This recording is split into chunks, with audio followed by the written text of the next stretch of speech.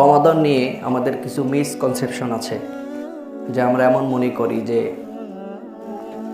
মিথ্যা কথা বললে মনে হয় রোজা ভেঙে যায়, বা ছোট্ট একটা ইস্যু হলেই মনে হয় রোজা ভেঙে যায়, বমি হলেই মনে হয় রোজা ভেঙে যায়, বা হাঁটুর উপরে কাপড় উঠলেও মনে হয় রোজা ভেঙে যায়। এমন অনেক আমাদের মিসকনসেপশন আছে না? মানে ছোটোখাটো কোনো বিষয় হলে দেখবেন অনেক পুরুষ এবং মহিলা ওনারা বলে যে রোজা ভেঙে গেছে, তাই না? হ্যাঁ। তো সেই আলোকে আজকে আমরা কিছু কথা শুনবো ইনশাআল্লাহ। সকলে পড়েন ইনশাআল্লাহ।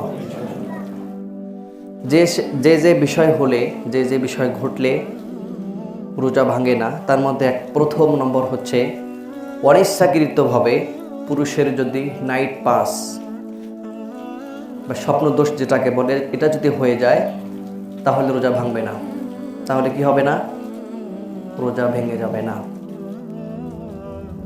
তবে মহিলাদের যদি আবার হয়, মিনিস্ট্রেশন যদি হয়, তাহলে তাদের রোজা না রাখলেও কোনো অসুবিধা নেই। তাদের এটা যে কয়েকদিন চলবে, ঘটবে, সে কয়েকদিন তারা রোজা থাকবে না। পরবর্তী সময়ে তারা এই রোজার সংখ্যাটা মিলে নেবে। তো ঘুমের মাধ্যমে যদি, অচেতন অবস্থায় যদি, ইচ্ছার বাইরে যদি আমাদের নাইট পাস হয়ে যায় তাহলে রোজা ভাঙবে না। আল্লাহ রাসূল সাল্লাল্লাহু আলাইহি সাল্লাম বলেছেন, ইন্নাল্লাহ তাজাওয়াজা আন উম্মতি মা হাদ্দাথাত বিহি আনফুসাহা মা লাম তা'লাম।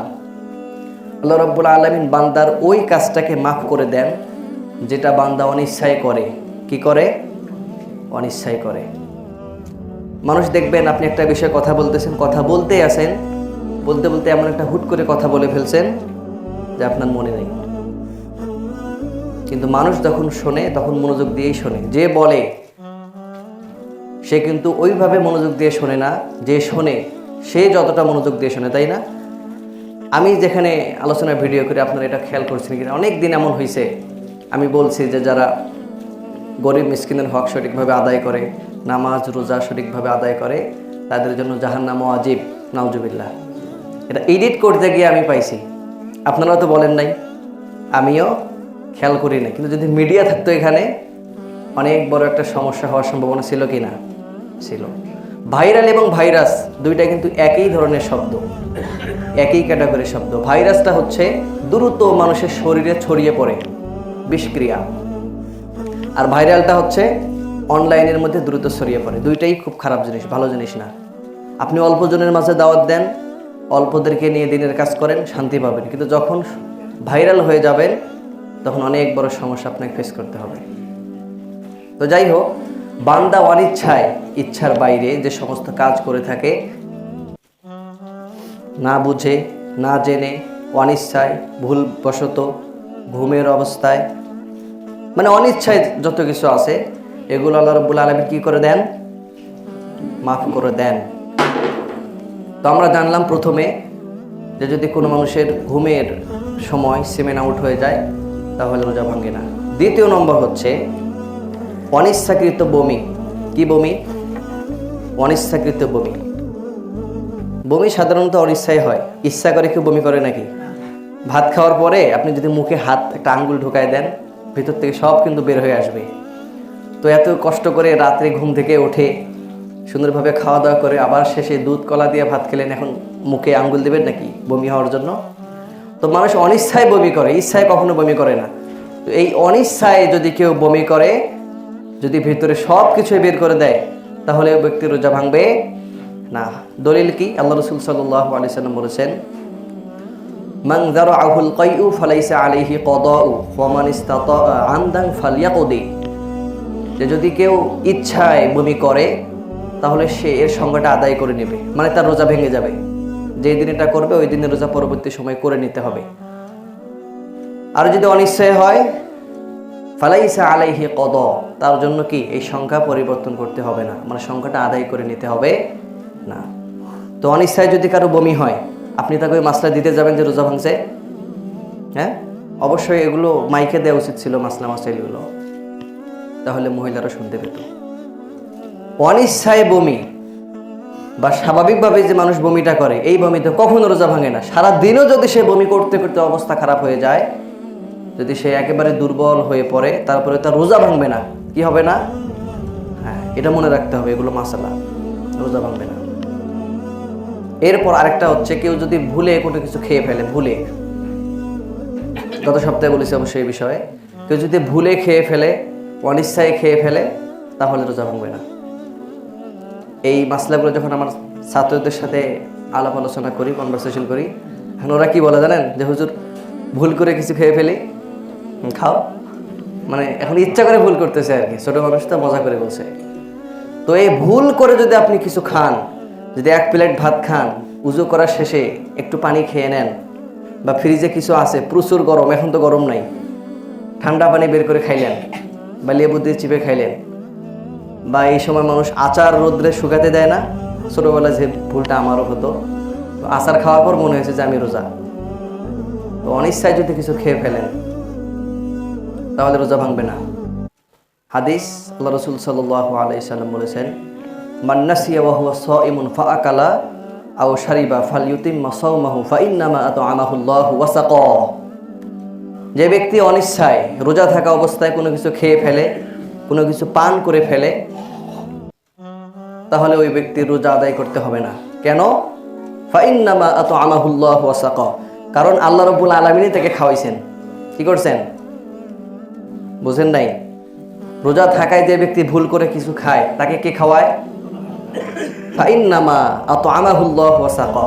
এখানে আল্লাহ খাওয়ায় কথা বলা হয়নি, অবশ্যই আল্লাহ তাকে খাওয়ায়। কি করে? অবশ্যই খাওয়ায়। তার মানে কি, রিজেকে থাকলে আপনি রোজা থেকেও খাবেন, আর রিজেকে না থাকলে পেট ভর্তি করে যদি খান, উদর ভর্তি করে যদি খান, গলা পর্যন্ত যদি ভর্তি করে খান, তাহলে ওই বমি হয়ে সব বের হয়ে যাবে। This is risk. এটাই কি? রিজেক। তো ভুলে যদি আপনি খেয়ে ফেলেন, ভুলে যদি কেউ কোনো কিছু খেয়ে ফেলে, এখানে মাসলা হচ্ছে তার সামনে না বলা যে আপনি রোজা আছেন কিনা। ওই ব্যক্তি যদি রোজা থাকে, তাহলে সে বিপদে পড়ে যাবে, খাইতেও পারবে না, বের করতেও পারবে না, পানি দিয়ে তার খাদ্যনালী পরিষ্কারও করতে পারবে না, অনেক বড় বিপদ হয়ে যাবে ওনার।